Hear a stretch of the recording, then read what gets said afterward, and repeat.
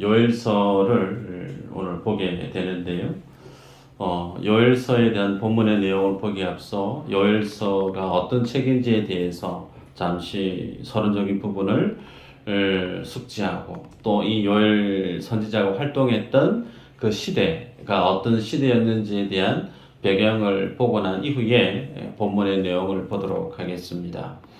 1장 1절에 보면 버두엘의 아들 요엘에게 임한 여호와의 말씀이라 그렇게 소개합니다. 그래서 성경의 저자가 누구죠? 요엘이라고 하는 선지자입니다. 요엘. 요엘이라는 이름의 뜻은 하나님은 여호와 하나님이시다라는 뜻이죠. 여호와는 하나님이시다. 요엘이라는 이름이 하도 그 당대에는 꽤나 많은 사람들에게 익숙한 소위 이름이 흔했던 이름이에요. 그래서 성경 저자는 그의 아버지 이름을 또 기록합니다. 버두엘의 아들 요엘이다. 그렇게 기록하고 있어요. 버두엘 이런 이름의 뜻은 하나님은 신실하시다라는 이름의 뜻을 지니고 있습니다. 자, 중요한 것은 이 요엘 선지자가 사역했던 시대가 어느 시대인지에 대한 정확한 표현이 성경에는 나타나지 않습니다. 그래서 성경학자들은 크게 두 갈래로 시대적인 배경을 가늠을 합니다. 하나는 포로기 이전 시대일 것이다. 혹은 포로기 이후일 것이다.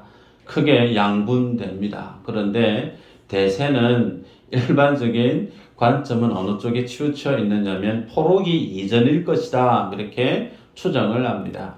특히 포로기 이전의 그 시대 중에서도 남유다의 요아스 왕의 후기 때 후기 시대에 등장했던 쓰임받았던 인물이 요엘이 사역했던 시기일 것이다. 그렇게 추정을 합니다. 요엘서의 중심 사상이 중요합니다. 한 날을 모든 유대인들은 고대하고 원했는데 그 날이 어떤 날이냐면 여호와의 날, 오늘 본문의 제목같이 여호와의 날을 모든 유대인들이 기대하고 원했습니다. 그 의미는 일반 유대인들은 여호와의 날에 대한 이해를 어떻게 했느냐면 자신들을 괴롭히는 모든 힘 있는 이방 민족들을 하나님이 그들을 징계하시고 심판함으로 인해서 이방 민족에 대한 하나님의 징계와 심판의 쏟아짐과 동시에 이스라엘 백성들에게는 하나님의 구원을 허락하시는 축복의 날, 기쁨의 행복의 날, 그 날이 여호와의 날로 인식했던 부분이 있죠. 그러나 정반대로 요엘 선지자가 여호와의 날에 대한 의미를 어떻게 해석하고 전했느냐면 이방 민족에 대한 심판이 아니고 자민족 이스라엘 백성에 대한 여호와 하나님의 심판으로 해석해서 하나님의 심판이 쏟아지는 그 날이 여호와의 날이다라고 전했다는 거죠. 그래서 이런 어떤 관점의 차이가 있습니다. 자, 그렇다면 요엘 선지자가 사역했던 그 시대는 어떤 시대였느냐? 소대에 말씀했지만 요아스 왕의 후기 때의 상황이다. 그렇게 말씀을 드렸습니다. 자, 이 당시 남유다의 상황은 북이스라엘의 정치적인 상황과 맞물려서 아주 격동기를 겪고 있는 시기였습니다. 배경을 설명하면 북이스라엘의 왕은 요담이라고 하는 왕이에요.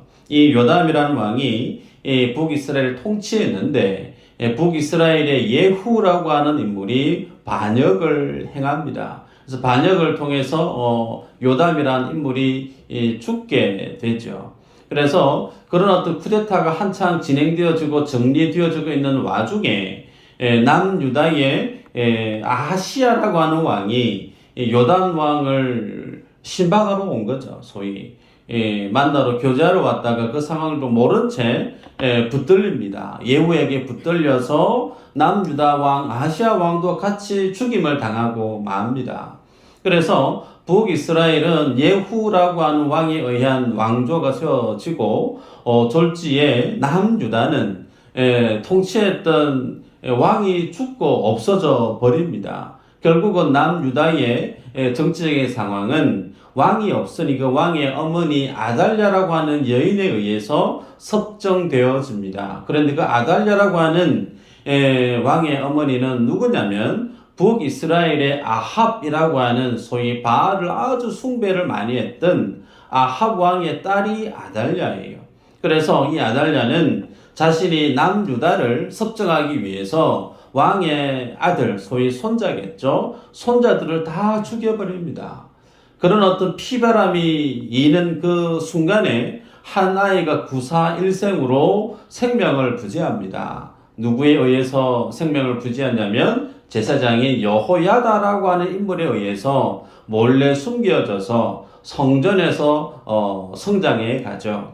그런 가운데 아달랴라는 여인이 죽고 난 이후에 이제 7살의 어린 나이에 남유다의 왕으로 등극하게 됩니다. 나이가 어리다 보니 그 나라 남유다를 누가 통치하게 되어질까요? 실질적으로 여호야다라고 하는 제사장에 의해서 남유다가 통치되어지죠.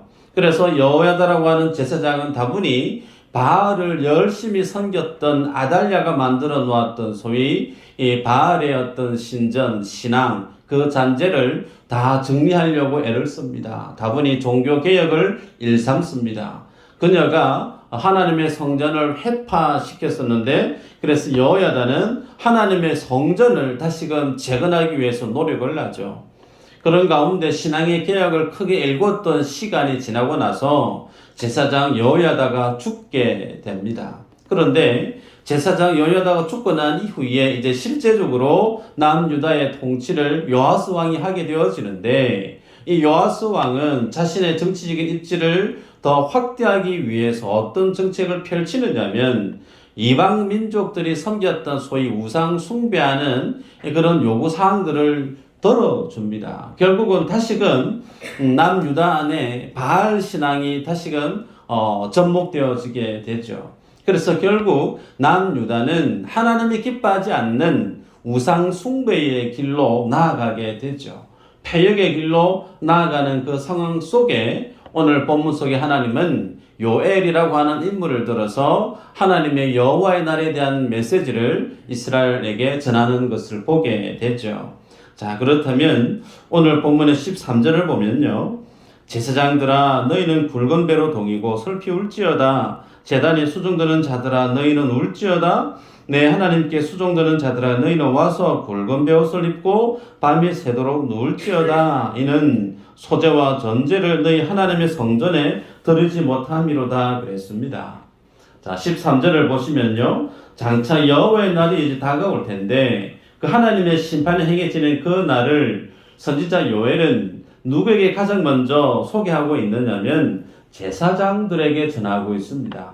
제사장. 여러분, 제사장은 여호와 하나님과 이스라엘 백성들 그 사이에서 하나님 앞에 예배하게 만들고 백성들로 하여금 하나님의 백성답게 살아가게 만드는 소위 영적인 지도를 행해야 될 책무를 지니고 있는 자가 제사장 아닙니까? 그래서 제사장이 행하는 그 모든 말, 제사장이 행하는 행동, 제사장이 입고 있는 그 의복 자체가 무엇을 비춰주느냐면 하나님께 대한 메시지를 전하고 있는 것을 보게 되죠.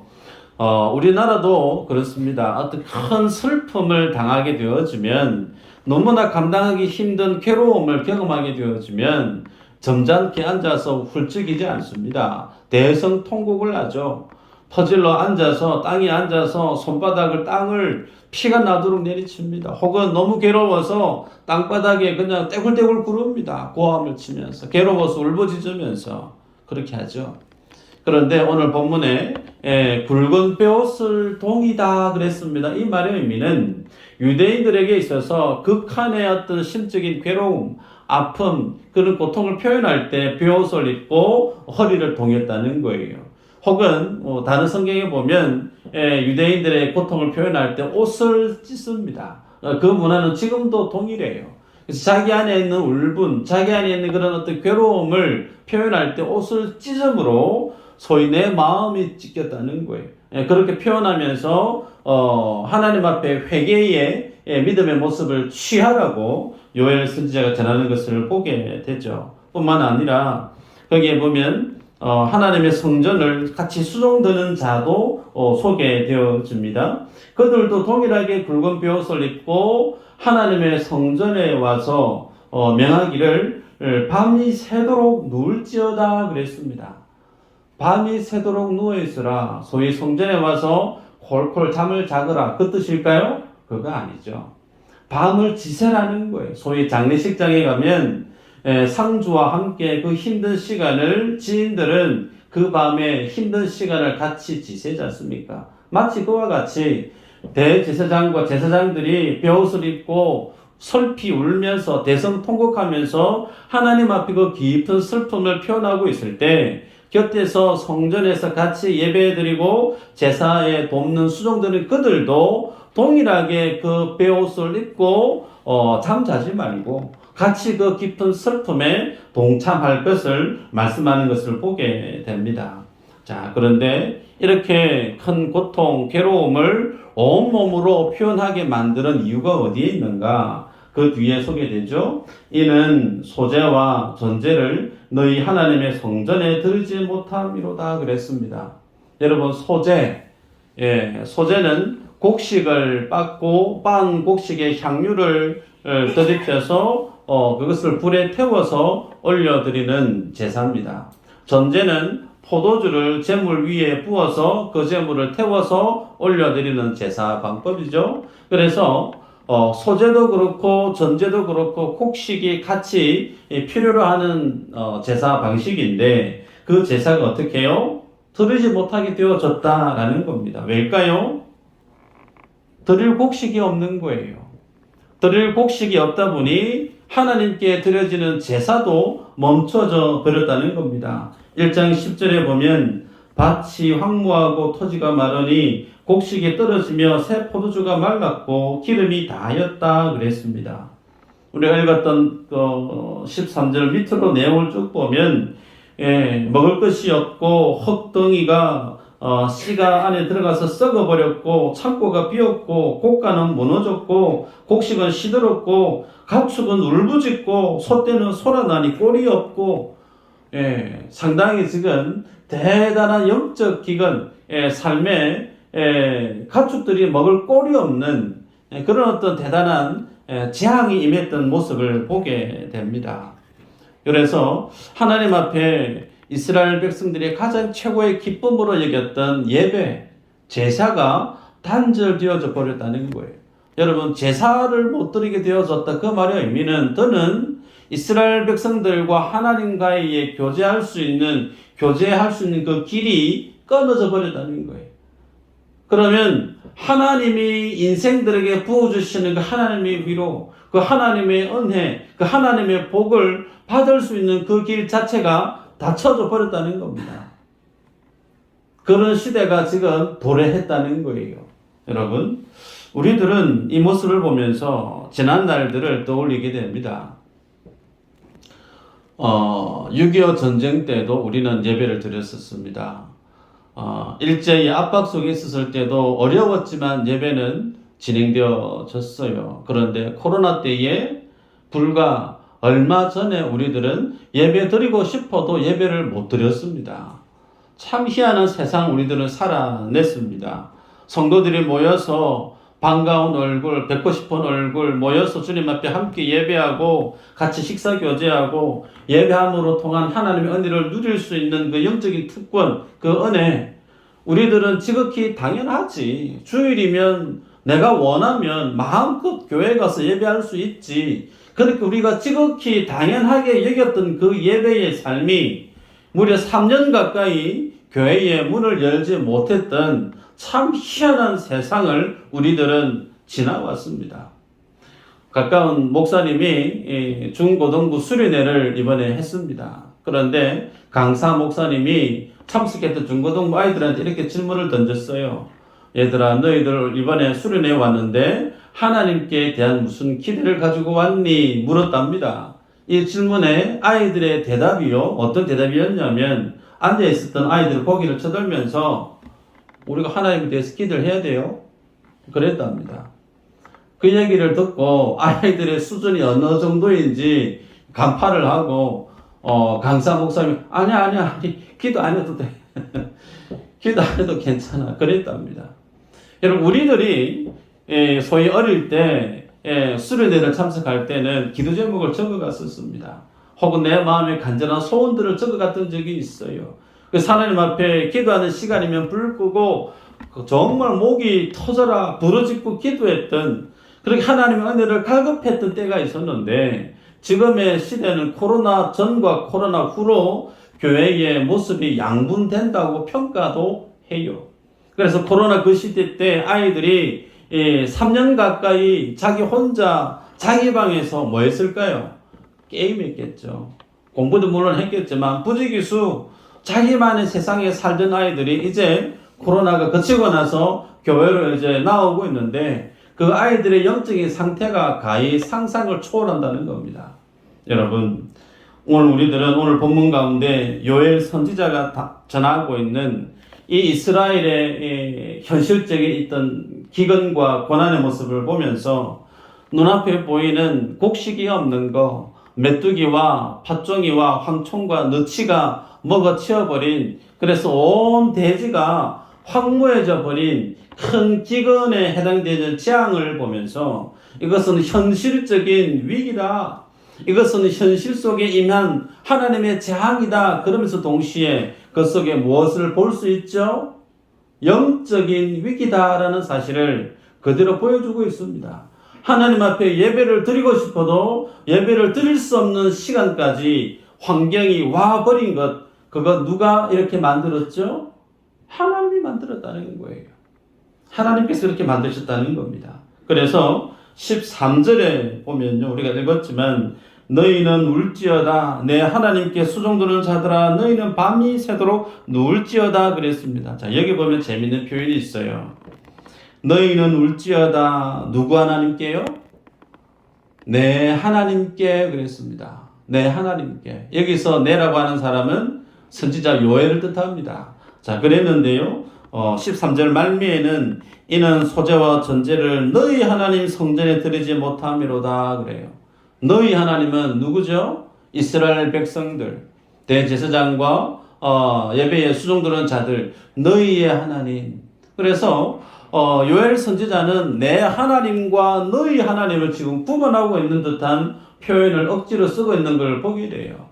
우리들은 하나님 하면 내 하나님으로 표현도 되지만 같은 하나님을 예배하기 때문에 우리 하나님 그렇게 표현하기가 쉽죠. 그런데 요엘 선지자는 내 하나님 그리고 너희의 하나님 따로 구분하고 있는 것을 통해서 지금 의도적으로 본문의 뉘앙스를 돌쳐내고 있다는 겁니다. 여쭤볼까요? 그러면 요엘 선지자가 예배하는 하나님이 따로 있고 제사장들이 섬기고 있는 하나님이 또 다른 하나님이 따로 있나요? 그 뜻일까요? 그건 아니겠죠? 그러면 이 말의 의미는 어떤 의미냐면 직무에 대한 부분을 강조하고 있다는 거예요.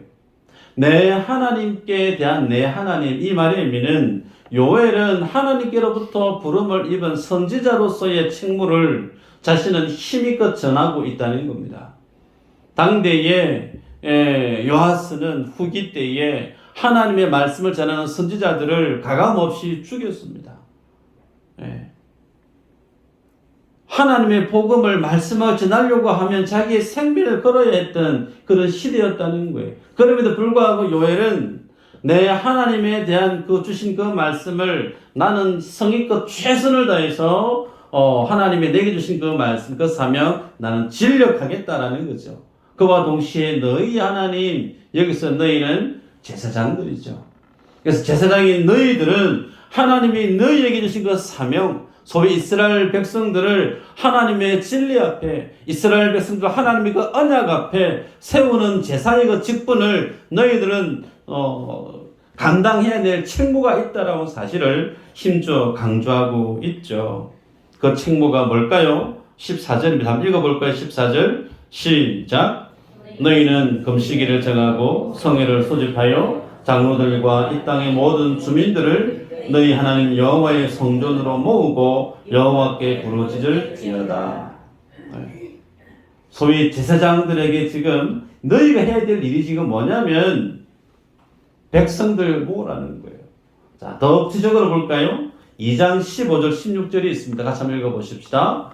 시작.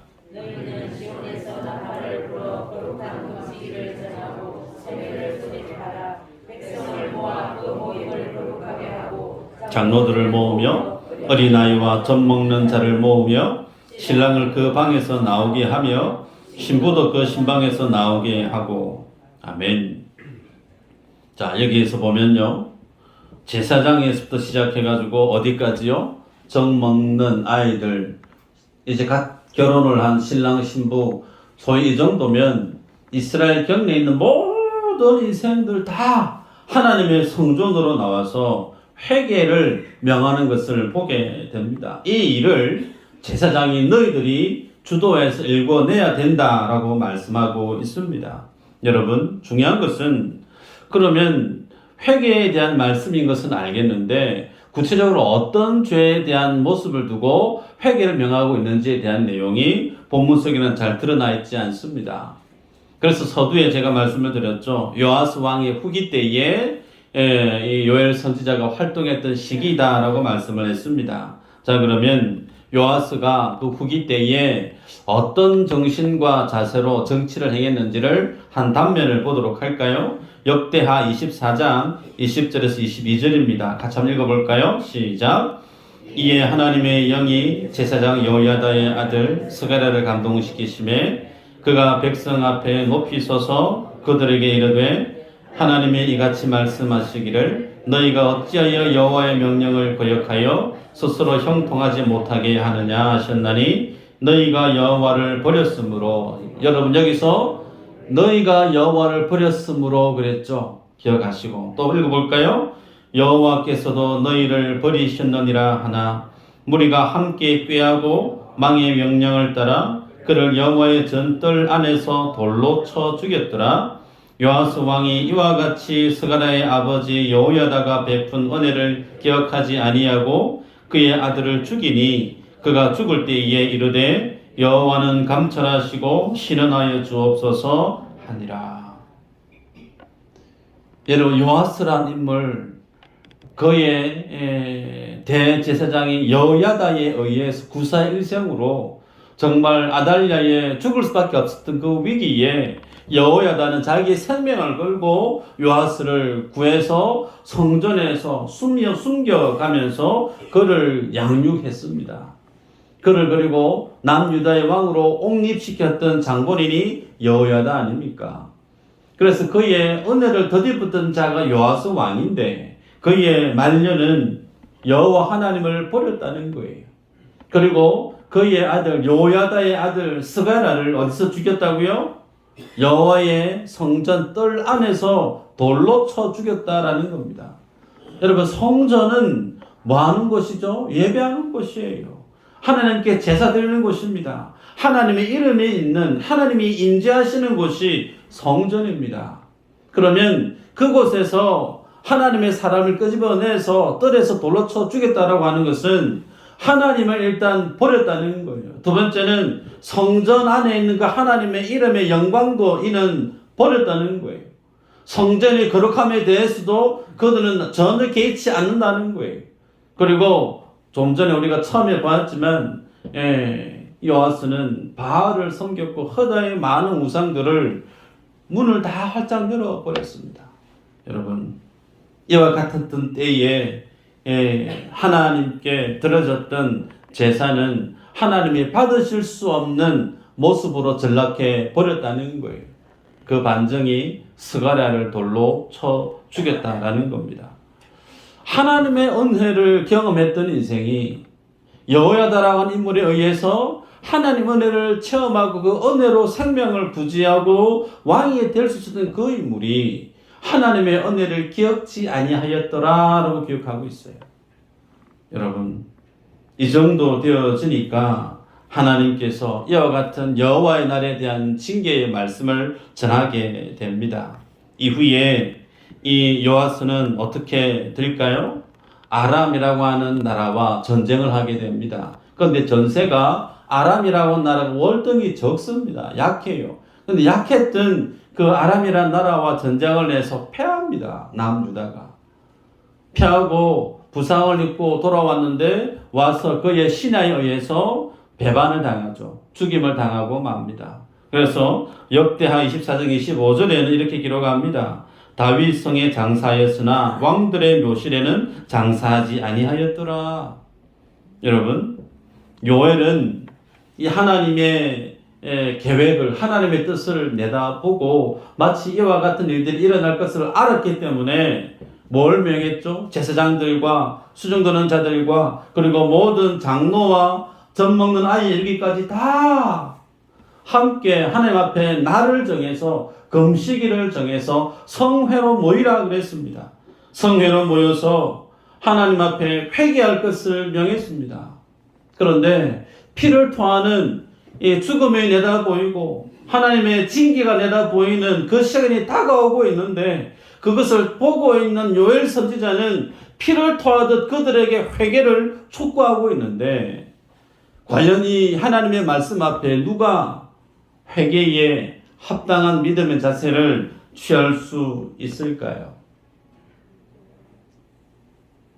눈앞에 펼쳐져 있는 메뚜기, 팥종이, 황충, 너치가 온 돼지를 다 말라버리는 눈에 보이는 가시적인 하나님의 재앙을 보면서도 눈이 감기고 귀가 닫혀있는 인생은 하나님의 말씀을 피를 토하듯 전해도 어떻게 해석할까요? 아유, 지금 무슨 금식할 때입니까? 괜찮습니다. 이러다가 괜찮을 겁니다. 다른 나라에 가서 수입을 해서 필요한 것들 이렇게 하면 뭐 문제 다 풀어낼 수 있죠. 뭐 그렇게 요란스럽게 기도할 것도 아닙니다. 아마 그렇게 반응했을 거예요. 반면에 눈앞에 보이는 상황을 현실을 하나님의 영안으로 바라볼 때 여호와 하나님의 심판의 날이 지금 다가오고 있구나. 그 간정인 그 예시적인 예표가 지금 눈앞에 펼쳐지는 것을 보면서 정말 하나님의 여호와의 날이 정말 가까이 왔구나. 이것을 제대로 인지하고 분별하는 사람은 하나님 앞에 정말 굵은 베옷을 입고 회개하는 삶을 살았을 것입니다. 똑같이 보이는 현실을 보고 어떤 사람은 주님 앞에 회개의 삶을 살지만 어떤 사람은 전혀 눈앞에 보이는 현실을 분별하지 못하는 인생들이 있다는 거예요. 말씀을 볼까요? 예수님이 하시는 말씀입니다. 요한복음 4장 35절이죠. 한번 읽어보십시다. 시작.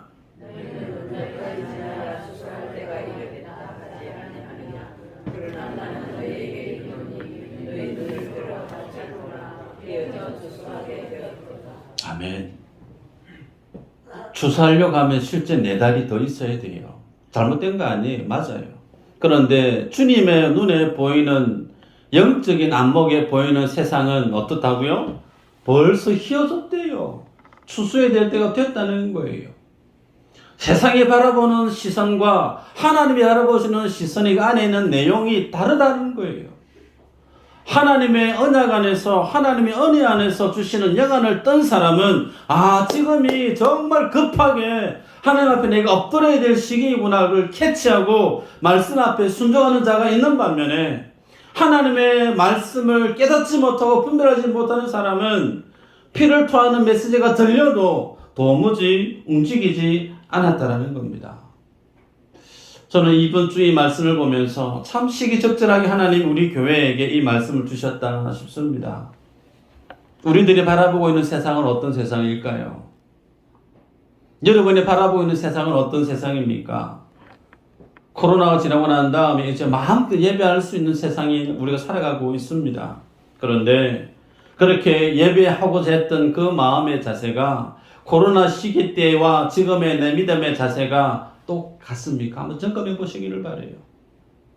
이사 오기 전에 위에서 반지하에 우리 예배당이 없이 새들어서 매주 예배를 드렸을 때 우리도 우리 예배당이 있었으면 그런 간절함으로 주님 앞에 예배의 사모함과 간절함으로 예배했던 그때 그 모습과 지금은 너무나 이쁘고 완벽하게 구비되어 있는 이 예배당 안에서 예배하는 지금의 내 모습 속에서 하나님에 대한 나의 믿음의 예배에 대한 그 자세가 동일합니까? 위에 있을 때 제가 하루에 3번 이상 제습기 물 바가지를 버렸던 기억이 납니다. 그거 안 버리면요, 곰팡이가 펴서 냄새가 예배당 안을 가득히 채우잖아요. 그러면서 깨끗한 우리의 예배당이 있으면 얼마나 좋을까. 여러분 똑같은 그런 기대를 갖고 소원함을 갖고 살지 않았습니까? 그런데 이 예배당 이사 와서 주님 앞에 예배했을 때 얼마나 기뻤습니까? 근데요, 목사에게 있어서는 지금이 위기인 것처럼 느껴집니다. 그때와 지금의 하나님 앞에 예배하는 내 믿음의 모습에 자세가 너무나 해이해져 버린 모습이 제 눈에는 보입니다. 반증이 수요 예배입니다. 최근에 수요 예배 출석하시는 분이 한 10명 남짓해요. 위에 있었을 때도 예배 시간 똑같지 않습니까? 그 위에 있었을 때도 우리의 삶이 여전히 고단했어요. 직장 생활하고 힘든 시간하고 그럼에도 불구하고 걸어서 냄새나는 반지하 그 예배당에 가서 예배하면서 하나님 앞에 기도해야 될 내용들이 있지 않았습니까? 부르짖어야 될 이유가 있어서 우리는 그 예배 시간에 정말 간절함으로, 사모함으로, 절절함으로 주님 앞에 예배했던 때가 있었어요. 그런데 수요일 날 이 넓은 장소에, 모든 것이 구비되어 있는 이 장소에 어떤 때는 10명이 안 되는 분이 수요 예배를 드리고 있습니다. 위기가 아닐까요? 목사인 제 눈에는 위기로 보입니다. 하나님에 대한 사모함이 없이, 예배에 대한 준비됨이 없이, 하나님의 은혜에 대한 사모함 없이 예배하고 있는 그 모습이 곧 위기가 아닌가 싶어요. 여러분, 하나님 앞에 이 믿음의 삶을 정확하게 인지할 수 있는 영적인 안목으로 지금의 내 인생을 평가하셔야 되고, 내 가정을 바라보셔야 되고, 우리 교회를 바라볼 수 있는 은혜가 있기를 주의 이름으로 축복합니다. 여기에서 바른 믿음의 선택을 하지 않으면 하나님 어떻게 할까요? 한번 읽어볼까요?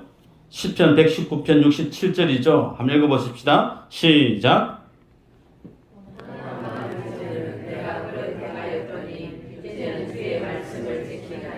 네. 이제는 주의 말씀을 지키나이다. 왜 주의 말씀 지키게 되었죠? 고난 당했으니까. 소위 고난을 당하기 전에는 내가 주의 말씀 안 지켰다는 거예요. 하나님의 백성은 하나님이 포기 안 하십니다. 하나님의 피로 값주고 사신 하나님의 자식들은, 그 하나님의 자녀들은 하나님이 절대로 포기하지 아니하세요. 그 사람이 믿음의 삶을 살지 않든 믿음의 온도가 떨어지든 그 삶의 모습이 어떠하든 주님은 절대로 그 영혼을 포기하시는 법이 없죠. 그래서 뭘 주신다고요? 고난을 주신대요. 또 하나 읽어볼까요?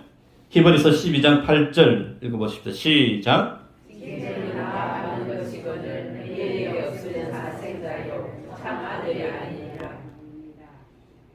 사생자에게는 하나님의 징계가 있다 없다? 없다. 참 하나님의 자녀에게는 뭐가 있을까요? 징계가 있습니다. 내 삶에 예배에 대한 감동이 끊어진 지 오래고, 내 삶에, 내 인생에, 내 가정에, 내 직장 가운데 하나님의 나라의 통치가 경험되지 아니해도 하등의 내 삶 속에 위기의식을 전혀 느끼지 못하고 평안한 것 같다? 아무 문제 없는 것 같다? 여러분, 그것이 복일까요? 아닙니다. 복 아니에요. 사생자에게는 하나님이 관심 없어요. 아무 문제 없고 사건 사고 안 터지고 돈 잘 벌고 건강하고 내 자녀들 정말 잘 되어가고 있는 그 모습 보면서 여전히 내 마음의 중심이 하나님 나라와 주의 몸된 교회와 사명 앞에 있지 아니해도 아무런 문제의식을 느끼지 못한다? 그것이 하나님의 축복일까요? 아니에요.